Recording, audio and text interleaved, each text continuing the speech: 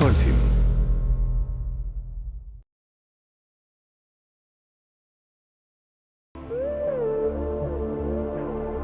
Buenos días, buenas tardes. Estamos en una nueva emisión de estas cápsulas especiales de diseño que incluyen Art Flow Experience.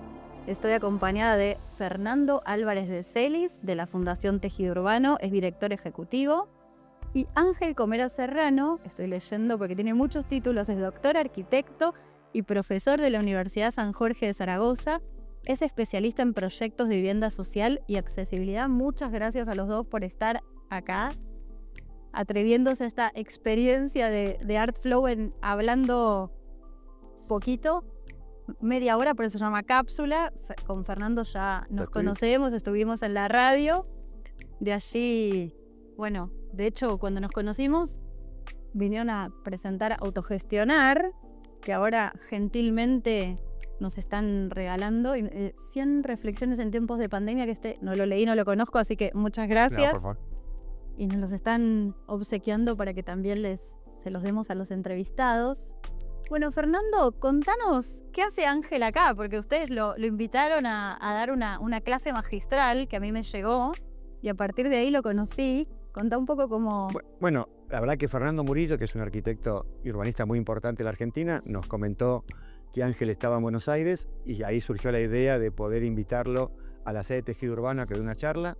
Sabíamos de lo importante y del trabajo que hace Ángel a nivel de inclusión, a nivel de vivienda social y demás. De Tejido Urbano promovemos justamente el debate de los temas de la vivienda, del déficit habitacional en Argentina, y agregarle esta pata de la inclusión, esta pata de los actores que hacen la vivienda social. Y la verdad, bueno, tener una persona de la trayectoria de Ángel en Tejido Urbano era algo fantástico y bueno, pudimos hacer esta charla y la verdad que con mucho éxito, en el sentido de que pudo mostrarle a muchos estudiantes y arquitectos de la Argentina cómo se produce en España y la producción tan rica que tiene Ángel. Antes de entrar en la charla y un poco los conceptos que brindó Ángel, ¿qué hace específicamente la Fundación Tejido Urbano? ¿De qué se ocupan? ¿Qué están haciendo ahora? Básicamente, esto que hicimos con Ángel lo tratamos de hacer con todo lo que podemos, que es debatir y discutir sobre el tema del hábitat en Argentina, sobre el déficit habitacional, sobre el problema de la vivienda y sobre todo tratar de generar, por un lado, políticas públicas o políticas de vivienda y tratar de que el tema esté en agenda. O sea, muchas veces la política se olvida del tema y cuando uno ve los problemas estructurales del país, el tema de la vivienda y el hábitat es un tema central. En la Argentina tenemos 1,5 millones de viviendas que faltan, 2 millones de familias que viven con déficit habitacional cualitativo, es decir, que o viven hacinados o viven con problemas de agua, cloaca, hacinamiento y demás. Y también tenemos casi 1/3 de la población que alquila, es decir, que todos los meses pone más de su sueldo, de su salario, para poder sustentar esa vivienda. Bueno, es un problema muy fuerte y la verdad que a veces no está en agenda, no sé qué, y entonces la idea de Tejido Urbano es poder debatir todas esas temáticas. Y además de debatir, producir, porque ustedes lo llevan, digo, el corpus, después lo traducen a una clase magistral o un libro. O sea, tenemos 14 libros publicados, estamos en este momento en proceso de 8 otros libros más, con lo cual... ¿Para el año que viene? Entre este año y el año que viene, este año vamos a presentar 3 más, y para el año que viene tenemos 5 libros más, y la idea es ir a la Feria del Libro y poder presentar 20 libros de Tejido Urbano en 10 años, que cumple 10 años Tejido. Así que nada, es en esto y producir, y también generamos informes. Ahora estamos haciendo un informe semanal de coyuntura sobre crédito hipotecario, mercado inmobiliario. Lo recibo en el que diario. La idea es esto, es debatir y que haya información. Digo, uno de los temas es que muchas veces no se toman decisiones o buenas decisiones porque no hay información, y uno de los roles de Tejido Urbano es generar información sobre el hábitat. Bien, Ángel, antes de hablar de la charla en sí y de nos cuentes tu trabajo, te voy a tutear ya que me lo permites, que viniste a Buenos Aires invitado por la UBA, me estabas contando fuera de cámara. Fue a través de Fernando Murillo, el arquitecto de la UBA, en el cual establecimos, digamos, una relación, porque él está también muy vinculado al mundo social, sobre todo en muchos lugares del mundo, y vimos posibilidades de que yo pudiera venir aquí y estar, como llamamos, una estancia académica. Y llevo ya un tiempo y estoy... ¿Y estás dando clases? Encantado. Sí, hago un poco de todo, alguna clase, alguna conferencia, un poco... Bien. He visitado centros con personas con discapacidad, que es un poco mi lugar central. Tu expertise. Discapacidad intelectual, sí. Muy bien. Y hablemos un poco de esta charla, de esta clase magistral que diste, que voy a leer el título para no... Viviendas tuteladas para poblaciones vulnerables con necesidades especiales.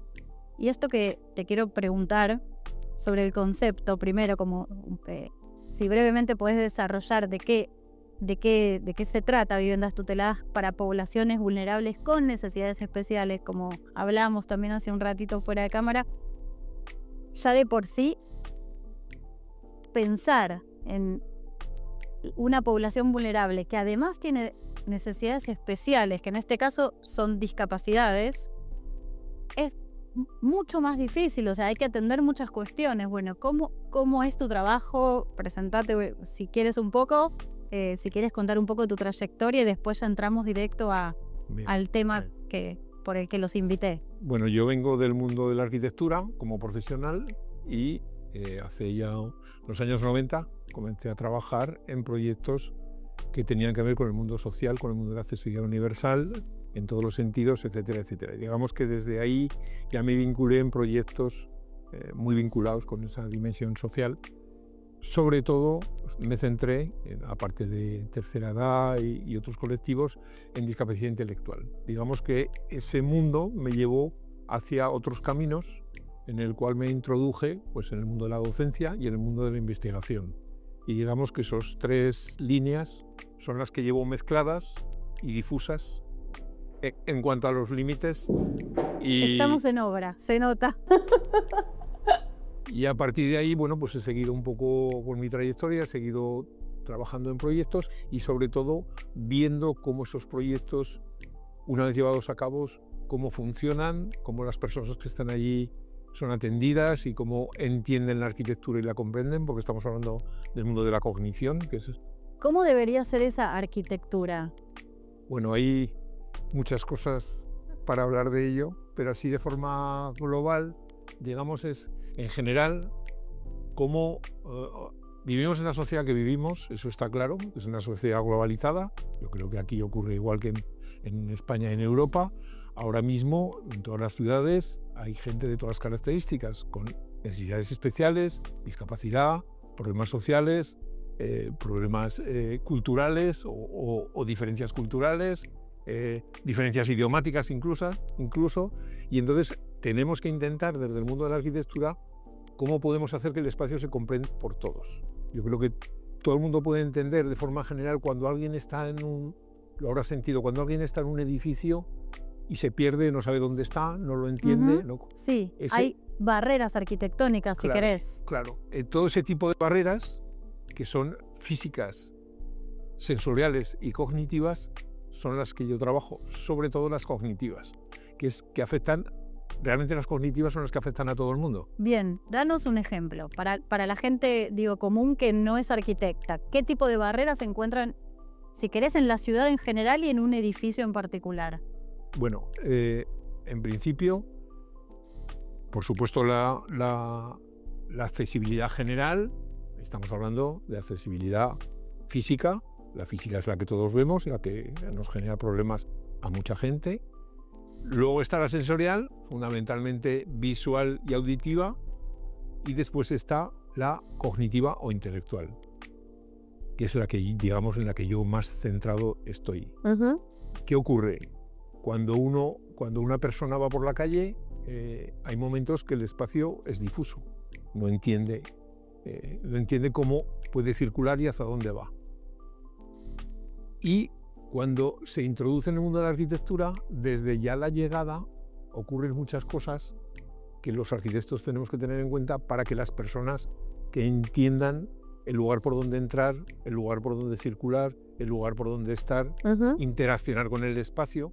Por ejemplo, aquí hay unos espacios muy interesantes de interacción con el usuario. Cuando uno llega, se sorprende, hay temas de color, hay temas de arte, hay temas que tienen que ver con la materialidad. Y eso activa a la persona y hace que en un momento dado comprenda. ¿Ayuda positivamente? Por supuesto, Okay. Por supuesto. La activación, la interacción, que es en definitiva de lo que se trata, es como si la arquitectura fuera una persona que interacciona con las personas. ¿De qué manera se puede conseguir eso? yo establecí una metodología, que es larga de especificar. Eso quiero, primero, bueno, si quieres hablar un poco de qué son las viviendas tuteladas y después abordemos tu metodología, o si quieres contar primero la metodología. Bueno, por terminar lo que estaba diciendo, es prácticamente esa metodología conlleva todos estos pasos que he comentado que se dan cuando uno se mueve o circula o comprende el espacio habitado, ¿no? El espacio construido. Y eso tiene que ver con la situación de la situación de la persona en un espacio concreto, en un lugar concreto, y de acuerdo al lugar donde está, se establecen unas estrategias cognitivas, proyectuales, para poder desarrollar. Porque lo esencial es que esos proyectos se desarrollen desde el principio. Es decir, la creación tiene que ser con el papel en blanco. Perfecto. Y esas estrategias se aplican en función de la persona. O sea, estudiando claramente no es aplicable ni replicable porque no hay un patrón, salvo que digas para tal persona con tal capacidad o discapacidad. Vos tenés que trabajar no en función de esa discapacidad. Claro, pero eso es clave, lo que acabas de comentar, porque hay que hacer estrategias que provienen de personas con percepciones diferentes, de percepciones sensibles, para que todo el mundo, para que sirva para todos. Eso es clave. Perfecto, qué bueno. No es posible hacer estrategias para un tipo de perfil de discapacidad o de cualquier otro tipo, porque estaríamos creando micromundos, si quieres. Un modelos micromundo, diferentes claro, para cada uno. Claro. Estamos hablando de hacer una arquitectura para todos. Que realmente sea inclusiva para todas las personas. Eso es. Entonces vos me decís, una persona con dificultad cognitiva, alguien que tiene discapacidad visual y alguien que no puede caminar por la razón que sea. Tercera y todas edad, las claro. Personas con distintas culturas, porque si nos fijamos, por ejemplo, un elemento, digamos así, general, los aeropuertos están llenos de señalítica, de señales, que confunden, que hacen que el espacio sea como un no espacio, ¿no? Un no lugar, Sí, un no lugar. Como se dice. ¿Y qué ocurre? Que además están en un idioma, normalmente en inglés. ¿Qué ocurre? Pero hay personas que no saben inglés o que saben otros idiomas. Entonces, el espacio en sí mismo tiene que comunicarse con el usuario. No sé si está bien hablar de arquitectura universal en este caso. Por supuesto. ¿Sí? Por supuesto. Que la arquitectura debiera ser universal en este sentido. Que siempre ligada al contexto cultural en el que está, lógicamente. O sea, no crear modelos que se repitan en todo el mundo, como está ocurriendo ahora en muchos tipos de arquitectura, ¿no? Que vas por distintos lugares y te encuentras como la misma arquitectura. Pues no, tampoco es eso. Porque la cultura de los lugares es esencial para entender todo lo que hay detrás, toda la historia que hay detrás de los pueblos en los que vivimos, ¿no? Y eso es esencial. Son estrategias que se pueden aplicar en todo tipo de lugares. Ángel, y dentro de la metodología, ¿cuáles son las estrategias principales? Bueno, es que es muy largo, es larguísimo de contar. Porque claro, todo tiene que ver con digamos, lo esencial que se produce en un edificio.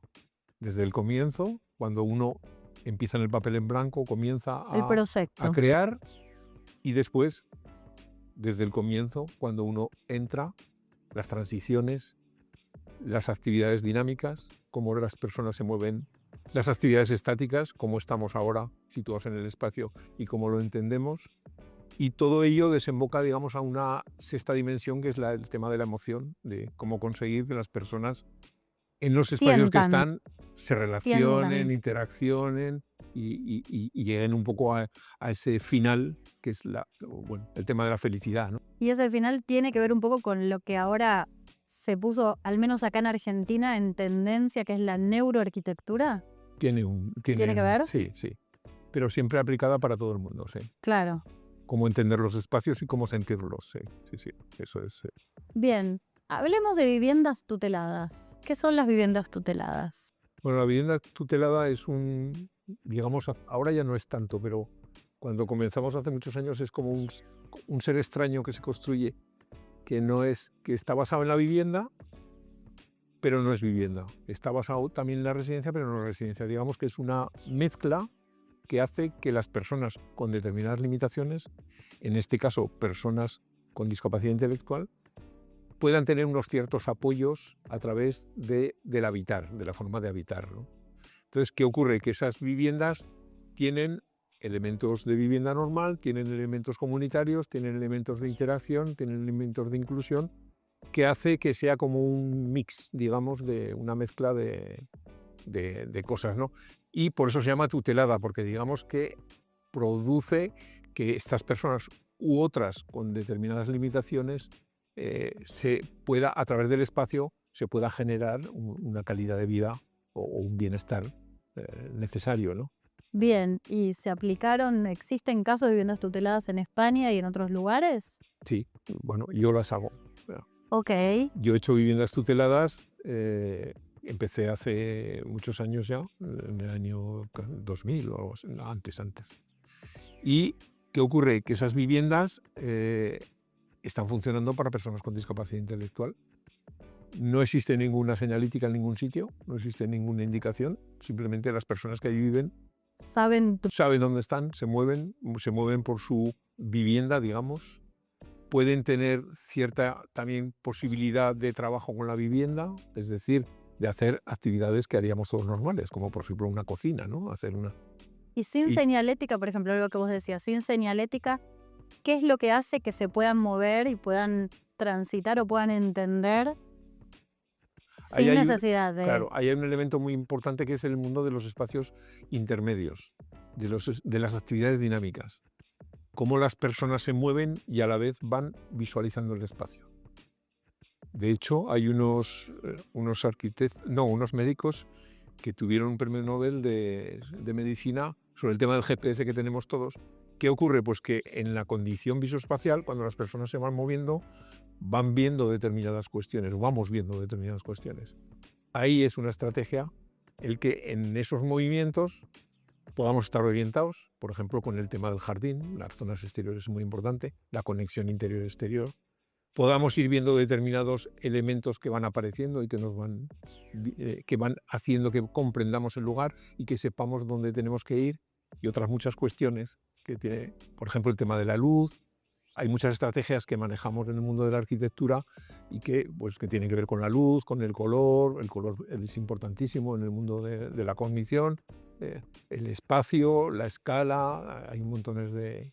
Quiero decir que al final son estrategias fundamentalmente que son abiertas para que el proyectista sea capaz con sus ideas de generar soluciones que no realmente sean las soluciones que yo propongo. Yo las propongo porque vienen de mí mismo, pero otros tienen que buscar otras porque la forma de la creatividad no puedes limitarla. No podemos generar modelos de edificios que se repitan, sino que cada uno, como he dicho antes, tiene que estar proyectando en el lugar y viendo qué posibilidades da y con estas estrategias aplicando. Me imagino que te debe pasar tanto acá, bueno, como a cada lugar que vas. No hablo de lugares tan masivos como un shopping o un aeropuerto, pero acá mismo o en algunos lugares que tu ojo ya entrenado y tu cabeza ya vas viendo estas barreras arquitectónicas, ¿no? Cuando entras a un lugar decís, bueno, esto tendría que ser así o aquello tendría que ser de tal manera.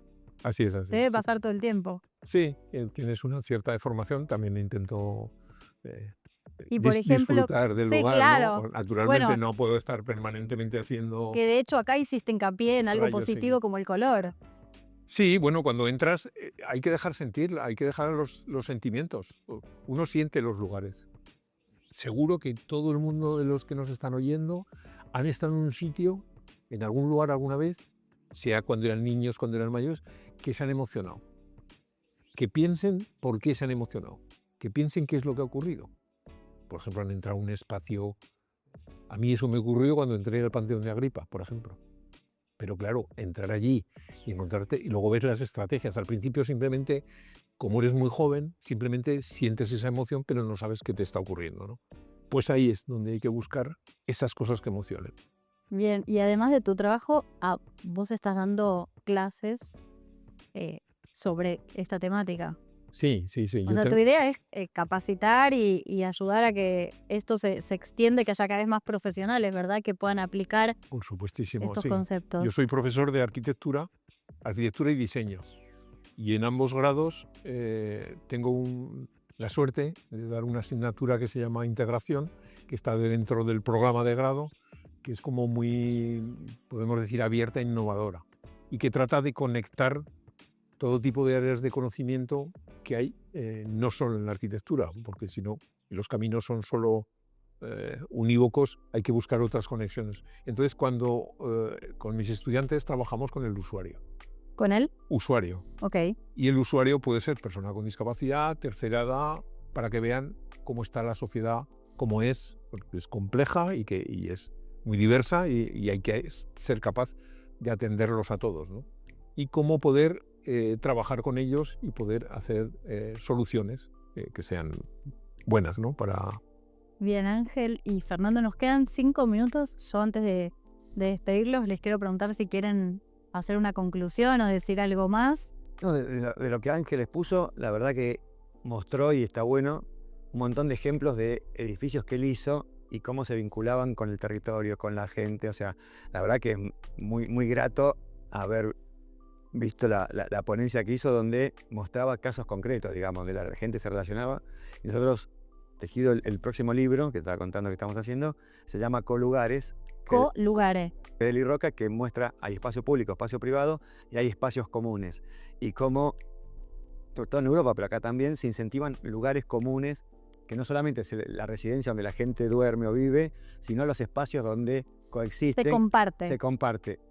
Y Ángel mostraba muchos espacios y hacía mucho hincapié en esos espacios del compartir y cómo la gente se iba apropiando de esos lugares a pesar de las dificultades. Sin un cartel, no era un lugar de estar, era un lugar, como él decía, de movilidad, del hacer, y cómo la gente iba apropiándose de esos lugares en los edificios que Ángel hizo.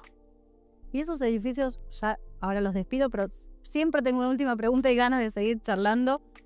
¿Esos edificios en general salen de una idea de un desarrollador inmobiliario o son del gobierno? Digo, ¿vienen de la iniciativa privada o es el Estado el que los puede financiar, los suele financiar? Hay una mezcla. Hay un poco... Hace muchísimos años salió de la sociedad civil. Se generaron asociaciones, normalmente eran familias de personas con discapacidad, generaron sus asociaciones y comenzaron a buscar formas de financiamiento. Ese financiamiento se buscó, ahí es donde entran las instituciones públicas. Lógicamente, a través de las empresas y de las instituciones públicas se comienza. Posteriormente, la propia administración también crea este tipo de situaciones, pero siempre en contacto con el sector, porque es muy importante al final crear. Simplemente se ha visto que determinadas instalaciones que se han hecho al margen pues no llevan a nada. Dice, bueno, puede servir para alojar con todo tipo de cosas y personas, pero no, estamos hablando de... Y en ese proceso yo creo que ha habido unos cambios muy sustanciales, porque ahora ya hay unos derechos y hay unas obligaciones por parte de la administración de dotar económicamente, claro, sí, dependiendo de la situación de las personas, centro de día, centro residencial. De cierta accesibilidad o de ciertos requisitos. Sí. Ángel, un placer conocerte. Espero que te quedes un tiempo más en Buenos Aires y que podamos profundizar algunos conceptos. Te invito a que vengas al programa de radio Diseño que Incluye. Fernando, vos las puertas abiertas. Yo ya te dije el año pasado que una vez por mes quiero que vengas a charlar al programa. Lo tenemos que hacer. Los despido. Muchas gracias y nos vemos en la próxima cápsula de Diseño que Incluye en Art Flow Experience.